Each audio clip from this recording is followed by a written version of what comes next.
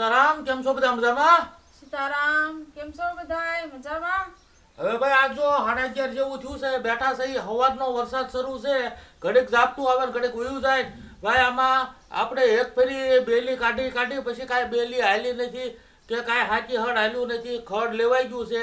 અને ભાઈ આમના વરસાદમાં ને વરસાદમાં આના આ વાતાવરણમાં સિંગને ફૂલ આવી ગયા, એક આજે પહેલા વાવી હતી અને બકાલું ઘણું મોટું થઈ ગયું છે. આ તમને બધું બતાવવાનું છે. અને આજ ભાઈ વરસાદનો માહોલ છે એટલે નિરાતે બેઠા છે. બાકી કાંઈ ખેતરમાં જવાય એવું નથી, ગારો છે બધે. એટલે આજ બેઠા બેઠા આપણે વાતચીત કરશું.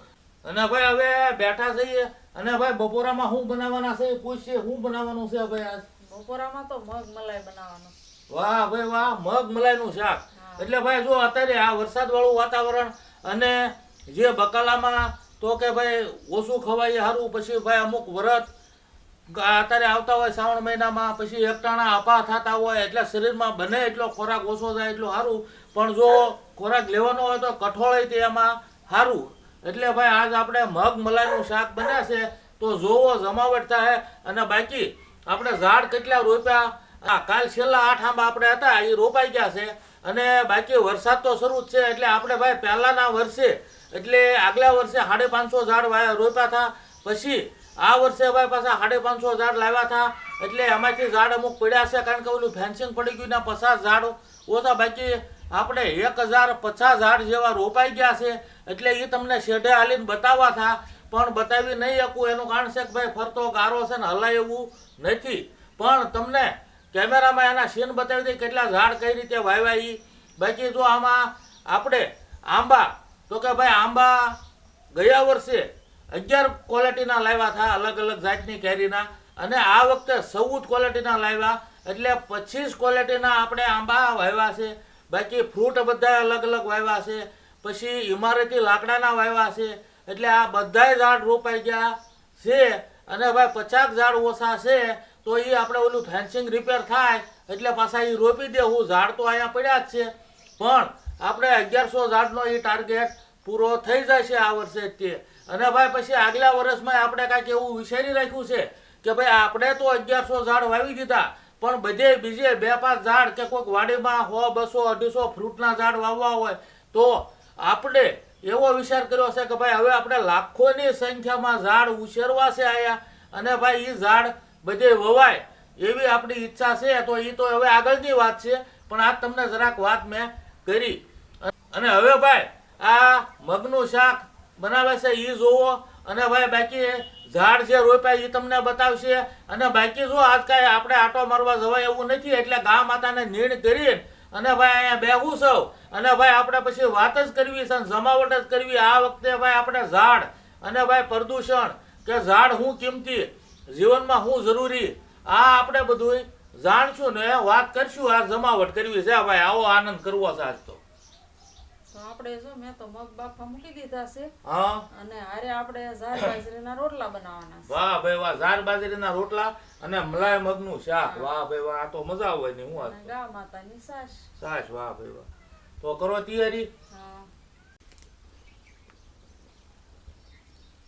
તો મગ તો આપણે હાલતા ચાલતા બાફા મૂકી દીધા હતા પણ જોઈ લઈએ આપણે.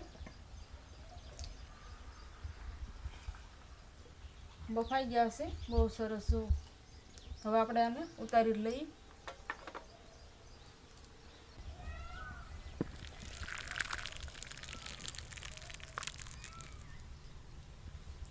તો આને છે ને આપણે ઘડીક ઢાંકી દઈએ.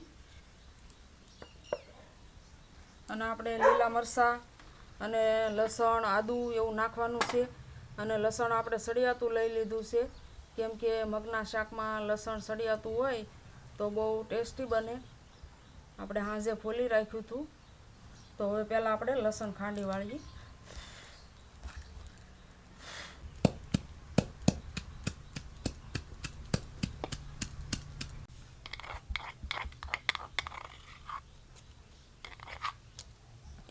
અને હવે ખાંડી નાખી લીલા મરચાં અને આદું.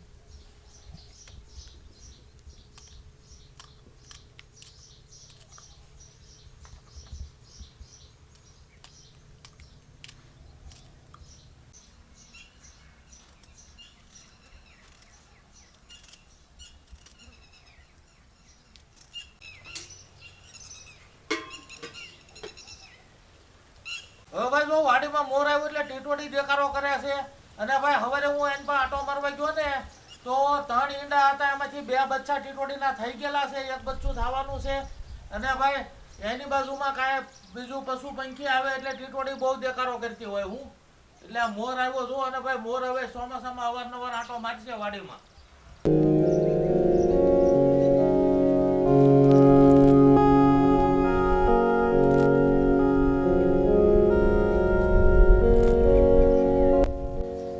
આપણે જો લસણ ખંડાઈ ગયું છે, લીલા મરચાં અને આદુ ખાંડી નાખી.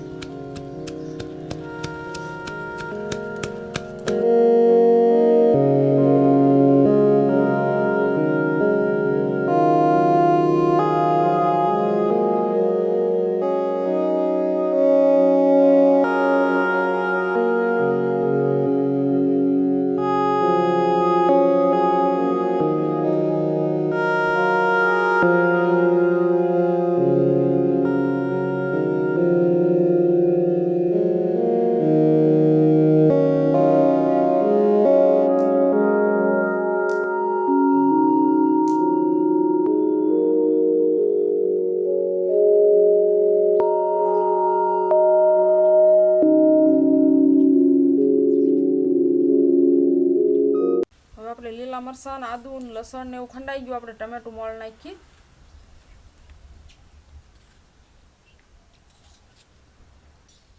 જો આપણે મોર કેવો આવ્યો છે તો એમને જોઉં છું કારું ને હું. અને આવે જ છે આપણે, કેમ કે એને શીંગના દાણા, શીંગ, પછી રોટલીનો ભૂકો, રોટલાનો ગમે એ નાખીએ ને એટલે ખાવા આવે જ તે તરત. ઢેલું હોય, આજ તો ઢેલ નથી.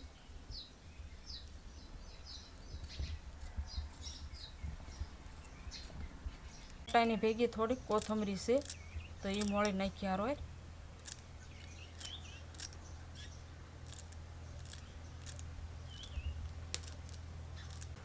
હવે આપણે આ બધું તૈયાર કરી વાળ્યું છે, પણ આપણે વઘારમાં મીઠો લીમડો જોહે એટલે લીમડો ભૂલાઈ ગયો છે તો લીમડો લઈ આવી પહેલાં, અને પછી આપણે શાકનો વઘાર કરીએ.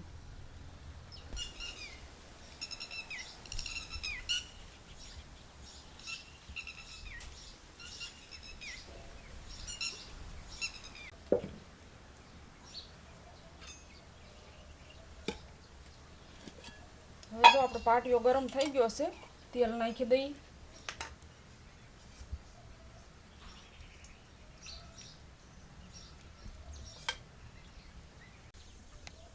હવે આપણે તેલ ગરમ થઈ ગયું છે, આ રાઈ જીરું નાખી દઈએ.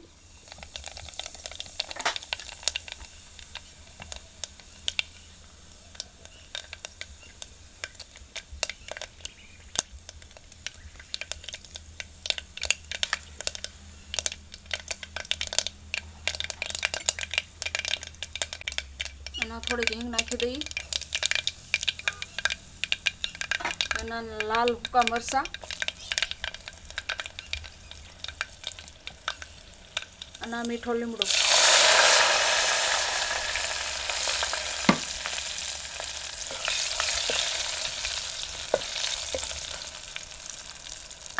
અને હવે આપણે આદુ, લસણ અને લીલા મરચાં.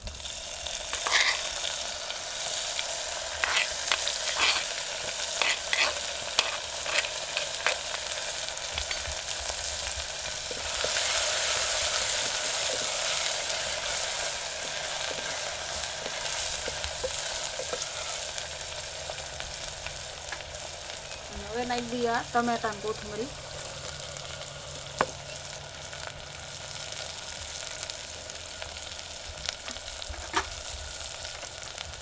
હવે નાખી દઈએ મસાલો આપણે બધો, ધાણા જીરું અને હળદર અને મીઠું તો આપણે થોડુંક મસાલા પૂરતું નાખીએ, બાકી બાફામાં નાખ્યું છે આપણે. અને કોરું મરચું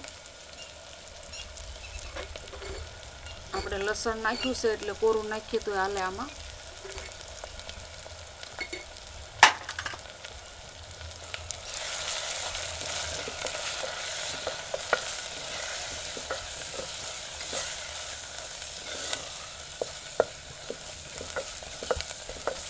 હવે આપણે આને જરાક વાર રહેવા દઈએ અને મસાલો ઓલો થઈ જાય પછી આપણે મગ નાખીએ અંદર.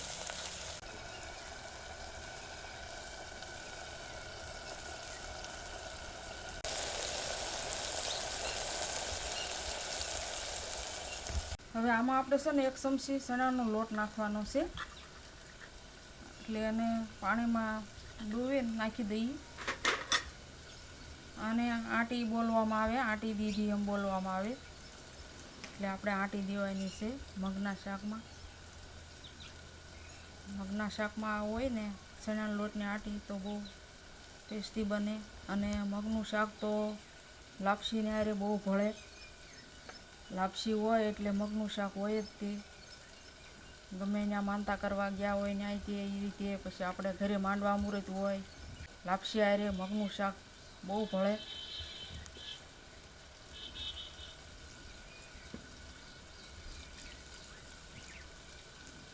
અને બીમારીમાં એમ કે ગમે એટલી બીમારી હોય તો પહેલાં મગનું પાણી પીવડાવવાનું કે, એટલે બીમારીમાં તે મગ બહુ ગુણકારી.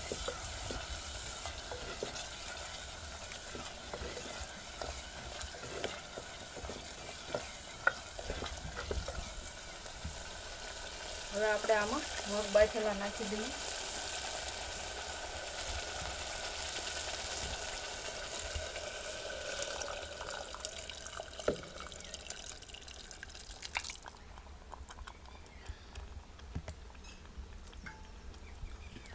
હવે આપણે થોડુંક પાકે ને પછી થોડોક ગોળ નાખવાનો છે, અને પછી મલાઈ નાખીએ પણ ઘડીક પાકવા દઈએ.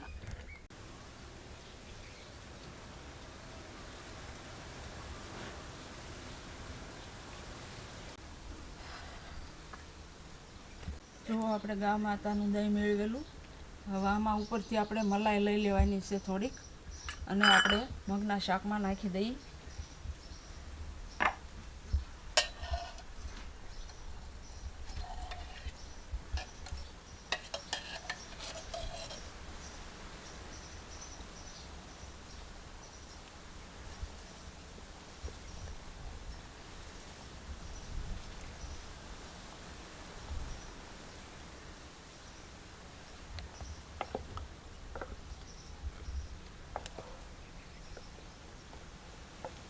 અને હવે આપણે થોડોક ગોળ નાખી દઈએ એટલે હારવાર બે વસ્તુ પાકી જાય.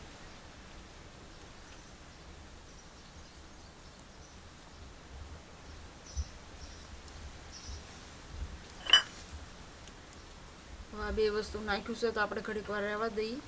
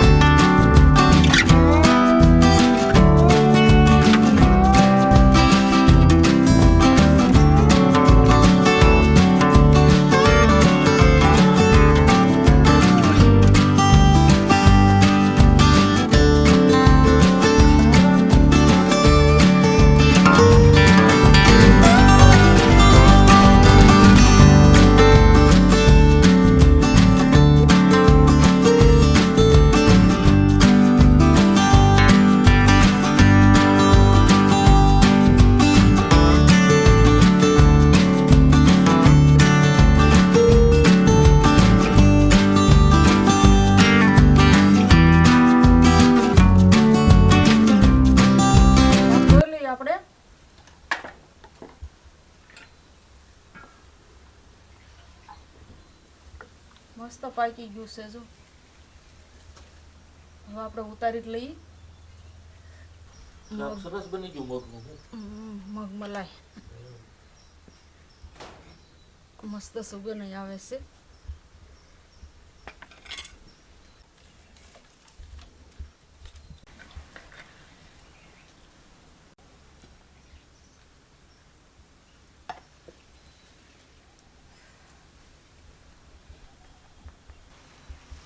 હવે બનાવી નાખીએ આપણે ઝાર બાજરીના રોટલા.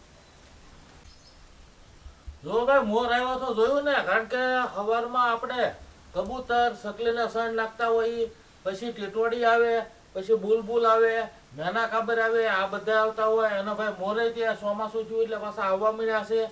એટલે ભાઈ આ પશુ પંખી જેટલા વધારે આવે એટલે આપણને વધારે આનંદ થાય. આપણું કામ આવું છે ભાઈ.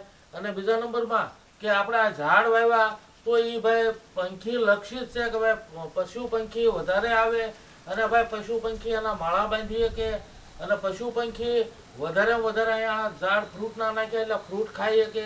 એટલે ભાઈ આ રીતનું જ આપણું હેતુ છે. પણ હવે આપણે 1050 ઝાડ વવાઈ ગયા એટલે ભાઈ સંતોષ અને આનંદ છે અને બેઠા છે. અને ભાઈ જો આ તમને વાત કરીએ કે ભાઈ ઝાડ આપણા માટે શું જરૂરી, તો કે ભાઈ જીવનમાં આપણે જન્મ લીધો એટલે બાળકે જન્મ લીધો જે શ્વાસ લે તો શ્વાસમાં આ જે હવા છે તો હવા શુદ્ધ કરવાનું કામ, એટલે શુદ્ધ હવા આપણે ગમે એ બાળક જન્મ આંખ ખોલે એટલે ભાઈ પહેલી હવાની જરૂર પડે અને હવા ઓક્સિજન લઈને એ બાળક જીવી કે બધા જ્યાં સુધી જીવે ત્યાં સુધી ઓક્સિજન જોવે અને ભાઈ સારો ઓક્સિજન મળે એનું કામ ઝાડ કરે છે.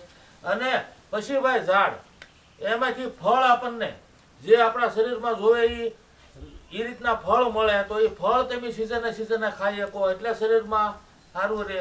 પછી ઝાડમાં એવું એક પણ ઝાડ નથી કે ભાઈ જે દવામાં કે આપણને કામ ન લાગે, કારણ કે શરીરમાં જેટલા રોગ છે એટલી દવા દેશી ઝાડવામાં છે.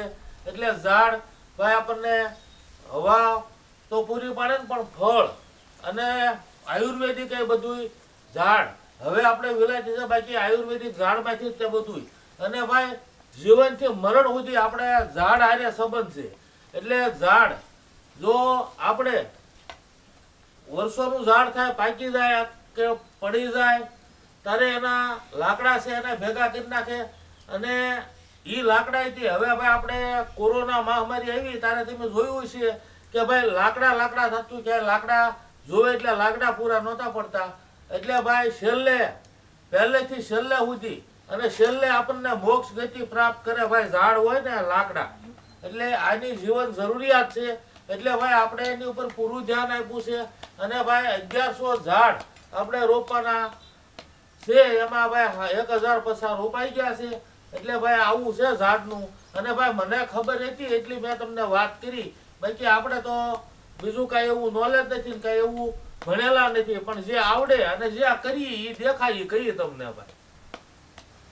ના હાશી તો વાત છે ને, હે હાશી તો વાત છે ને, ઝાડ સિવાય ખોટું છે બધું. હા. અને ભાઈ પહેલાના સમયમાં પાઠ એવો નિશાળમાં આવતો કે ભાઈ બીજા માટે આંબો. આ પાઠમાં ઉપર લખેલું આવતું મોટા અક્ષરે બીજા માટે આંબો. એટલે એમ કે ભાઈ બાપા આંબો આવે તો છોકરા કેરી ખાય. પણ હવે આ જે કલમ વાળું થયું છે કે ભાઈ આંબામાં કલમ કરે, લીંબુમાં કલમ કરે, બધા કલમી ઝાડવા બનાવ્યા તો ભાઈ જે નાના ઝાડની ઓલી હોય ને એની ઉપર જેમાં ફ્રૂટ આવતું હોય એ ઝાડની કટકી લગાડી દે અને કલમ બોલવામાં આવે તો એ કલમ વાળા આંબા થઈ ગયા. એટલે ભાઈ અમુક તો આંબા આપણે લાવ્યા ને તો આંબાની હારે કેરી હતી. હવે ભાઈ આવડો આંબો અને એક આંબો છે 1.5 ફૂટનો, એમાં કેરી છે. એટલે ભાઈ હવે પહેલાનો સમય ઉયો ગયો. બીજા માટે આંબો નહીં, બીજા માટે તો ખરો પણ તમે વાવો ને તમે કેરી ખાવ તો હવે આ યુગમાં આ જલસા છે ભાઈ. અને એટલી બધું ખેતી આગળ છે અને ખેતીમાં આ જે ફ્રૂટનું તો આમાં બિયારણમાં આ બધું અત્યારે ફેરફાર થતો જાય અને ભાઈ ટેકનોલોજી આગળ છે અને એનો ભાઈ ભરપૂર ઉપયોગ કરવો પડે આપણે. આવું છે ભાઈ. હવે ભાઈ આપણને રેગ્યુલર હારી કોમેન્ટ કરતા હોય એના નામ લઈ લઈએ તો ભાઈ નામ છે લંડનથી દિલીપભાઈ. સીતારામભાઈ મજામાં? ભાઈ બીજું નામ છે ભરતભાઈ અને નીતાબેન. વડોદરાથી સીતારામભાઈ બેન મજામાં અને ભાઈ બાકીના નામ કે હે બેનોના નામ છે જ્યોત્સનાબેન ગાધેર રાજકોટથી. કેમ છો બેન? આવીને આવી કોમેન્ટ કરતા રહેજો અને આવો નવો ભાવ આપતા રહેજો. સીતારામ. હવે બીજું નામ છે સંપાબેન લંડનથી. કેમ છો બેન? આવીને આવી કોમેન્ટ કરતા રહેજો, આવો નવો ભાવ આપતા રહેજો. સીતારામ. હવે ભાઈ કોમેન્ટ હરી હરી આવે છે અને હવ ને વિડીયો જોવે અને આનંદ આવે ભાઈ, અને જેને વિડીયોમાં આનંદ આવે ને મોજ આવે એ ભાઈ લાઈક શેર સબસ્ક્રાઇબ કરતા રહેજો, એટલે ભાઈ અમારો ઉત્સાહ વધતો રહે. અને હવે ભાઈ બપોરાનું રંધાઈ ગયું છે.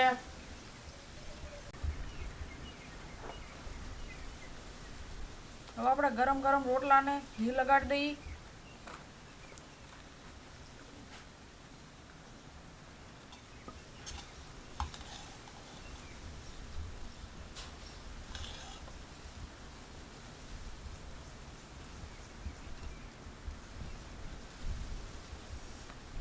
અને આપણે જો બપોરાનું રંધાઈ ગયું છે. બપોરામાં જાણે આપણે મગ મલાઈનું શાક બનાવ્યું છે અને ઝાર બાજરીના રોટલા છે, ઘી સોપડેલા, કેરી રીંગણાનું આથણું છે અને ગા માતાનું દહીં છે. ભાઈ છે બપોરામાં જમાવટ, અને ભાઈ વાતાવરણમાં તે જો હજી કાંઈ ફેર નથી પડ્યો, અને ઝીણા ઝીણા છાંટા ઝરમર આવ્યા કરે, અને ભાઈ વાદળછાયું વાતાવરણ છે, પવન ઉડ્યો છે ધીરો ધીરો. એટલે હવે ભાઈ 12:30 જેવું થયું છે, તો ભાઈ થોડી વાર પછી બપોરા કરવા બેસી જાવું. મળશું આગલા વિડીયોમાં. આવજો. સીતારામ. આવજો. સીતારામ.